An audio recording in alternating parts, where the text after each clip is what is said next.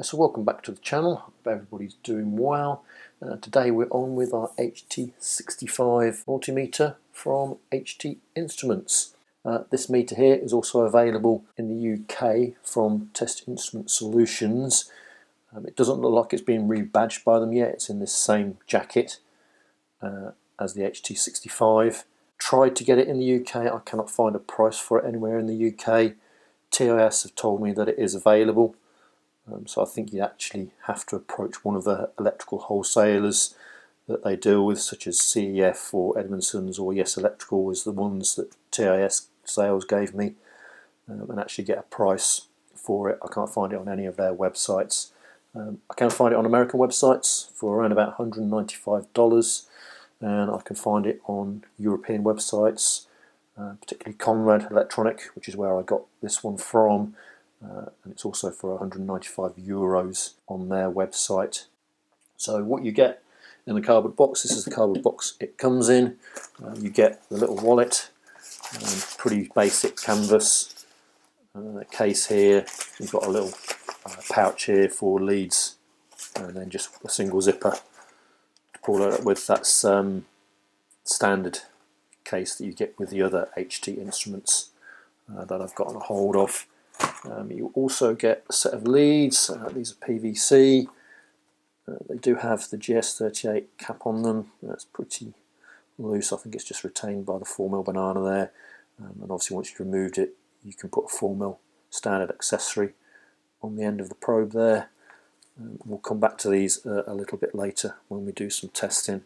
So there's those there, and you also get a thermocouple, standard K-type thermocouple, and the adapter that will then plug into the meter.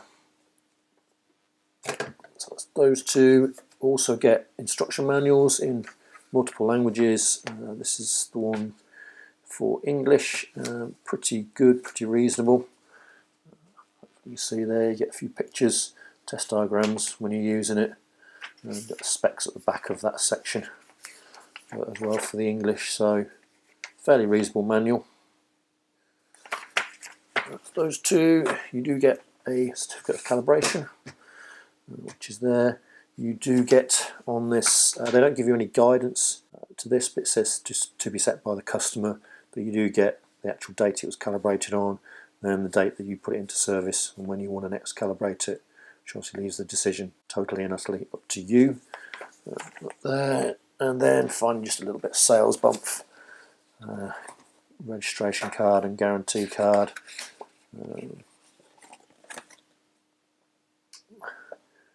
If your German's good. And then just some sales literature really.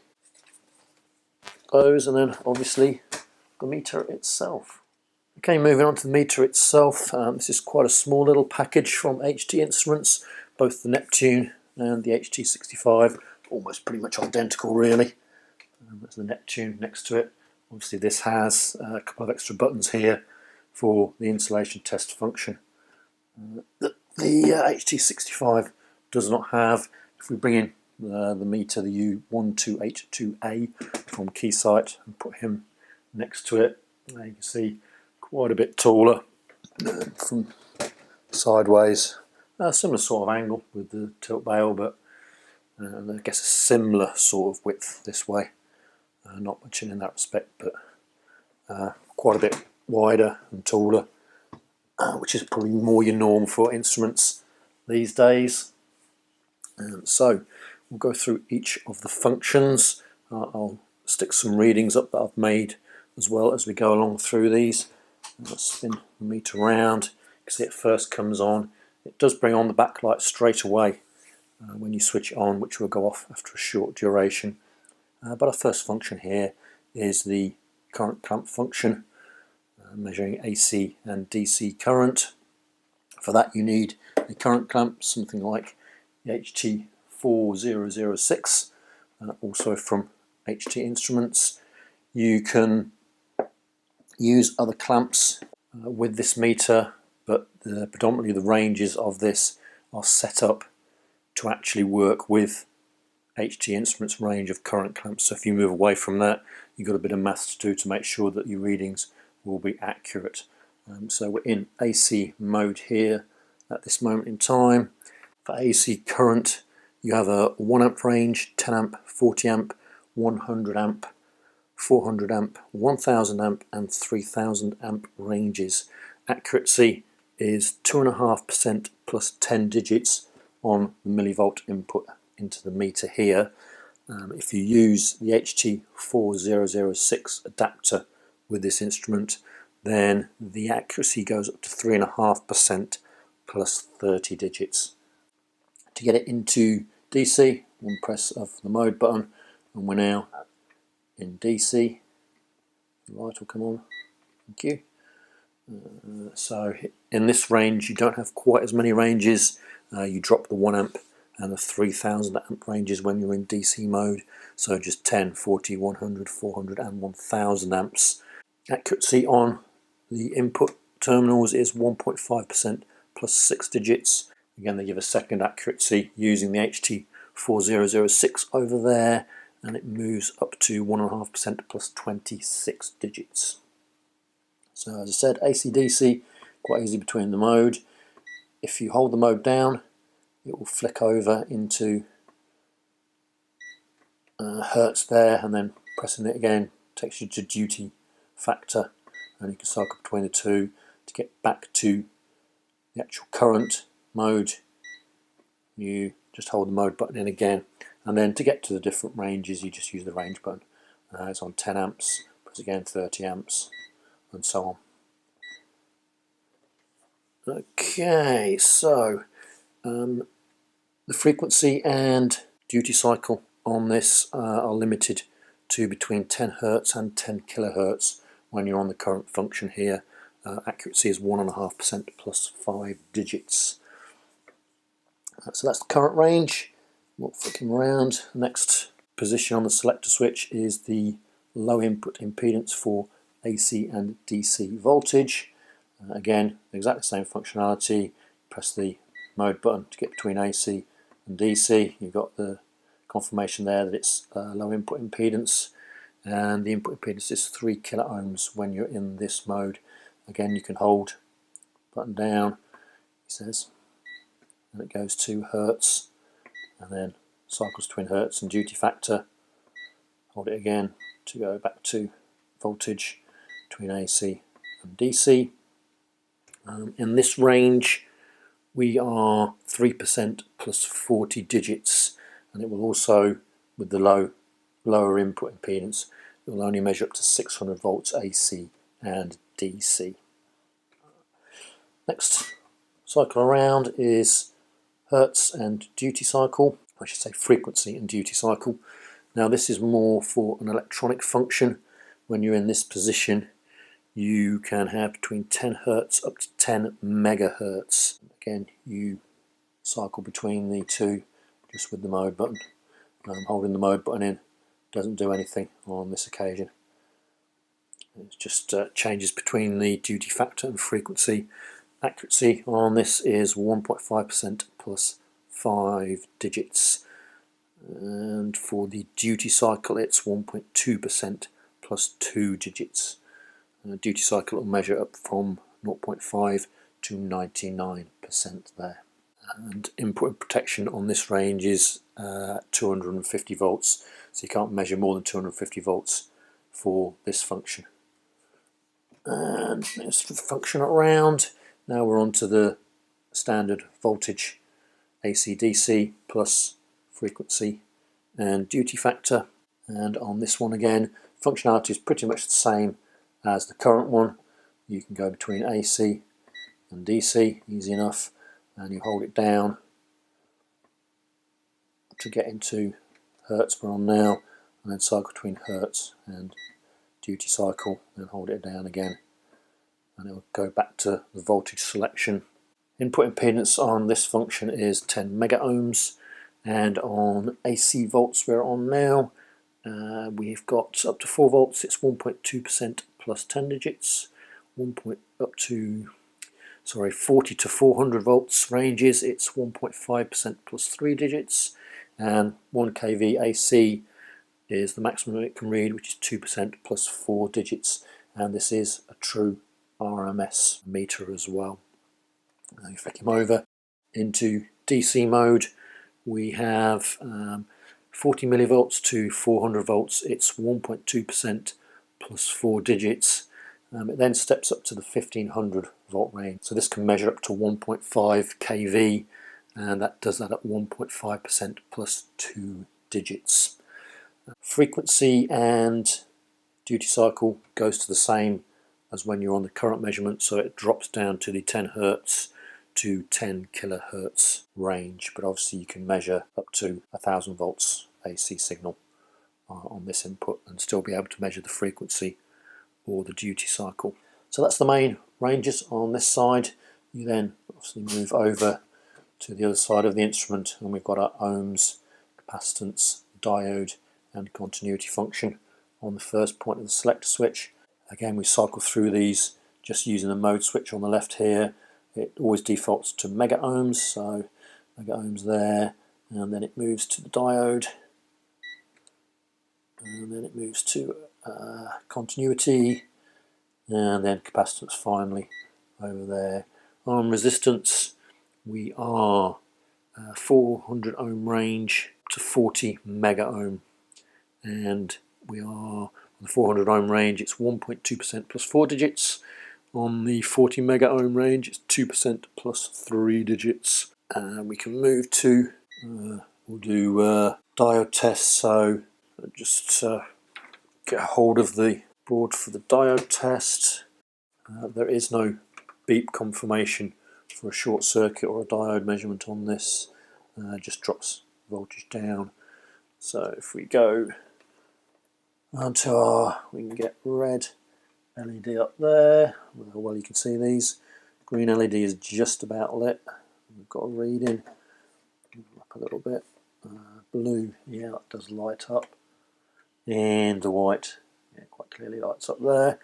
And all of these have got voltage readings on them. We can just pull in the volts. On the other instrument, let's put the light on you and just plug you in.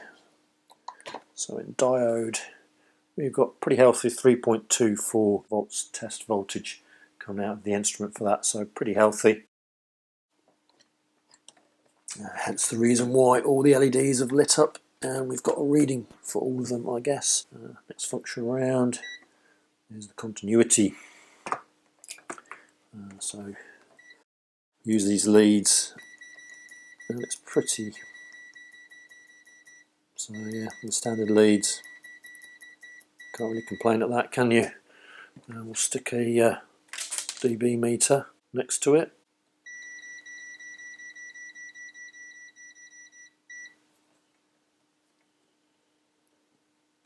So they see 69.1 reading on the dB meter, so pretty good. Hopefully you can hear it dead easy really. No real problems with continuity function. And then our final one on this selector is the capacitance. Back to the sheets, and I'll stick some measurements up.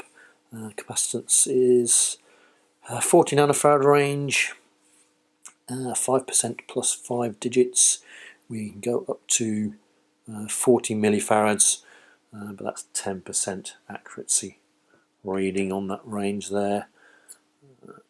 And then our final one round is temperature.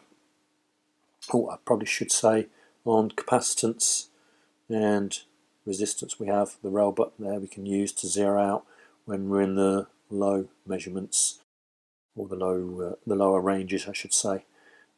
What does happen as well, if you've zeroed it on a low range, when you move then up to some of the higher ranges, the meter just goes OL and it looks like it's not responding, so you have to remove the relative function that you've set in order to get the higher ranges to then work. But I've had that problem before on other meters, it's not unique to these HT instruments. And now we can do the final setting, which is obviously our temperature over here, and different selector. So we've got degree C in the first position, degrees F in the second position.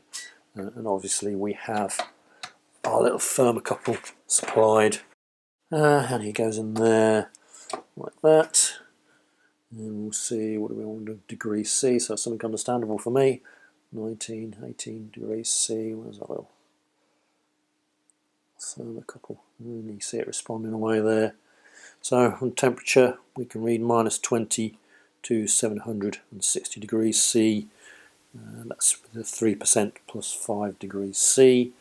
And then on the Fahrenheit, we can move it to -4 to 1400 degrees Fahrenheit, and that's also at 3%, but plus 9 degrees Fahrenheit.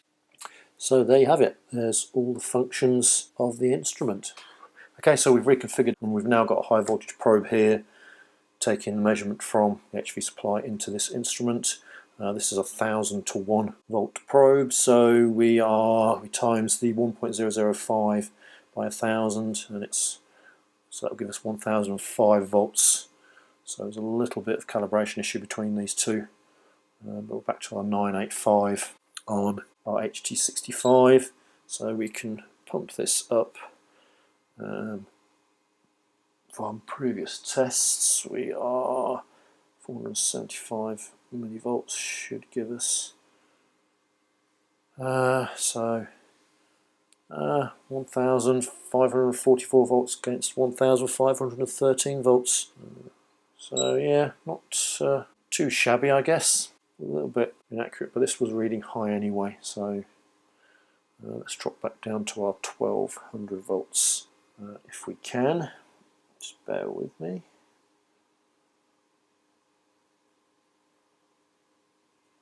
Okay, so there's 1200.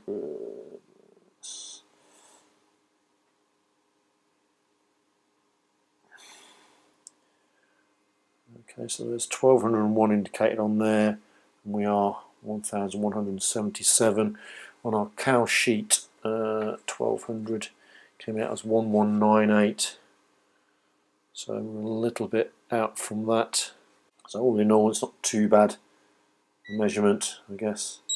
There you can see it. So 1200 volts going in on this, and 1177 measurement on the HT65 there.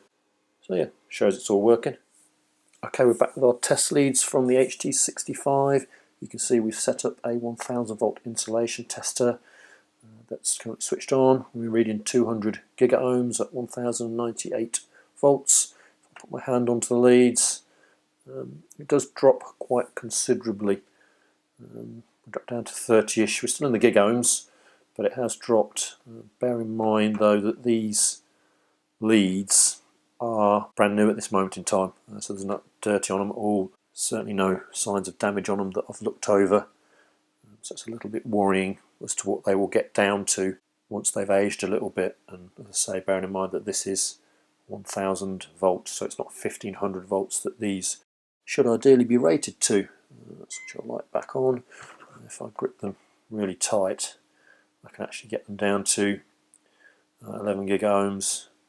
So yeah, if you trapped them somewhere, you could well get a little bit of problems. There's obviously leakage issues between these leads. That wasn't a good one, was it? Yeah. So as I say, bear in mind they are brand new at this moment in time. Also bear in mind that you don't get crop clips with these, so you would be handling these leads a lot more than if you were making measurements with crocodile clips. And if I leave them alone, you see it creeps back up to 200 gigaohms, so there's definitely some sort of interaction there. Okay, so let's knock him off. And final thing with these leads, we've said about the GS38 shrouds, which are kind of mandatory in my country. 1500 volts measurement capability aimed at solar systems on this instrument. That will predominantly be industrial. Domestic installation systems in the UK don't get anywhere near that voltage unless you've got a huge mansion with multiple panels on it. So industrial, standard clip-on terminals with the shroud still on. I can just about get into our probe there. We can put our leads in actually, and we can turn into, let's go to kiloohms, I think, if I remember rightly. And we should get, yeah, so we've got our reading there, 6 megohms. You see, I cannot get into the smaller ones. Where's the 6? Not new either. If we take the shroud off, easily get into that one. You can then get in and get a short. You get to the other terminals then as well. The really small ones. Yeah, 2.5s we can get in as well. So, yeah, not too much of an issue with the instrument, I don't think, although it is subject to a teardown. But these leads, not so useful for working on terminals. Missing the croc clips, which would be nice. Shrouds aren't the best, and they will block you from getting into some terminals, and obviously we've got the leakage issue that we've seen on the insulation tester. So I think if it were me, I think I would be replacing these leads. Just have a look on and just see if there is a rating on them. They're rated to 2000 volts. I don't know whether I'll be able to show that on camera. I'll try and get a snapshot of it. But yeah, it's 2000 volts stamped on there. So they should be up to the job, but we've seen the leakage on 1000 volts, haven't we? So I don't think I'd be too comfortable using these. Okay, so we've stripped it down. We'll take a look inside the instrument. See our battery compartment door there with the single coin slot head. To hold that in place, the PP3 battery, the case itself is held together with these 4 screws over here, and then PCBs held in with these smaller screws. The actual connections to the output jacks are on these little tabs here, and the spring washer holding them in place. The meter itself is claiming 1000 volt Cat 3, 600 volt Cat 4 protection. As I said, 1000 volts AC measurement, 1500 volts DC measurement, so hopefully you can see that there. With regard to the physical construction, say it's moulded on, you've got some pretty deep sides here to keep any flashover inside within the meter itself, so that's all good. There is no shielding that I can see. In regards to input protection, where are we? So this is our high voltage input here. We have a number of PTCs, 4 PTCs and 2 gas discharge tubes, and that looks like our dropper voltage is across here, probably a transistor clamp over there. There doesn't look to be any other protection on it whatsoever. There's nothing on that side that I can see. Doesn't look like there's any greasing on the switch tracks. The board's reasonably clean, a little bit of solder residue here and there. You can see the inside of the rotary switch there, and the connection springs, and then the push button membrane up above that. Looks like your main IC has been cobbed over here. You see the crystal and the buzzer there. Not much else really to say about it. As I say, it is quite a nice build, fairly clean inside, mixture of through-hole components and surface mount. Battery is obviously on its PP3 connector there, soldered direct into the board. It's through a grommet here. To see when you get it back together again, you do see that the gas discharge tubes and some of the PTCs can actually be seen through. Obviously they're covered up when the battery compartment goes in. Battery sits in here. On the other instruments there's actually a fuse inside them, so I assume it's just a standard moulding that they're using.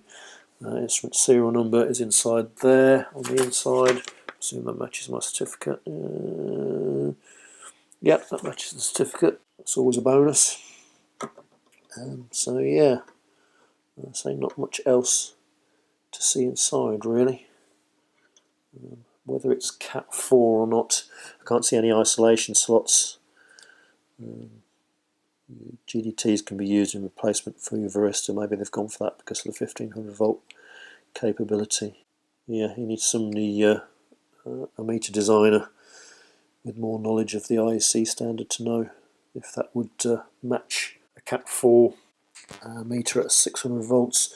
It does have the standard CE marking on there, but there is no independent verification of that I can see from Intertech or CSA standards or any such thing.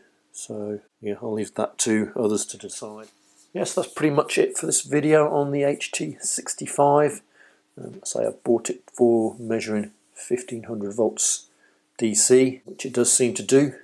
Obviously in comparison to the U1282 there, it was a little bit out, certainly not getting the same readings that on the calibration sheet that they provided with the instrument. I've no reason to disbelieve this setup. It's not UCAS calibrated, that key sight, but it is standard calibration on it, which is usually good enough for my needs. Yeah, I'm reasonably happy to trust the measurement with that instrument, so this does seem to be a little bit out, which is the findings I had when I tested the little Neptune unit over there. They are a little bit out, these HT instruments. I have asked for calibration procedures in the past, but they've never been forthcoming with them, so I guess we kind of stuck with it in that respect. So I say I did buy this with the HT4006 transducer clamp as well, so we'll be able to do some testing in another video of this instrument tied into the HT65 there. Lead wise, our standard PVC leads here. We've seen there's a fair bit of leakage on the 1000 volt test, on the insulation tester there, so yeah, I'd be a little bit cautious about using these. Obviously the instrument will read 1500 volts.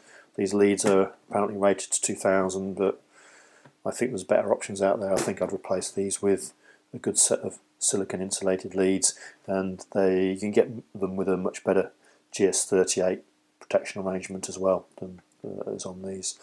So meter I'll stick with, quite happy with that. Leads I think I'd replace based on what I've found during this little review. But I hope you enjoyed it. Thanks very much for watching, and I'll see you again in the next one.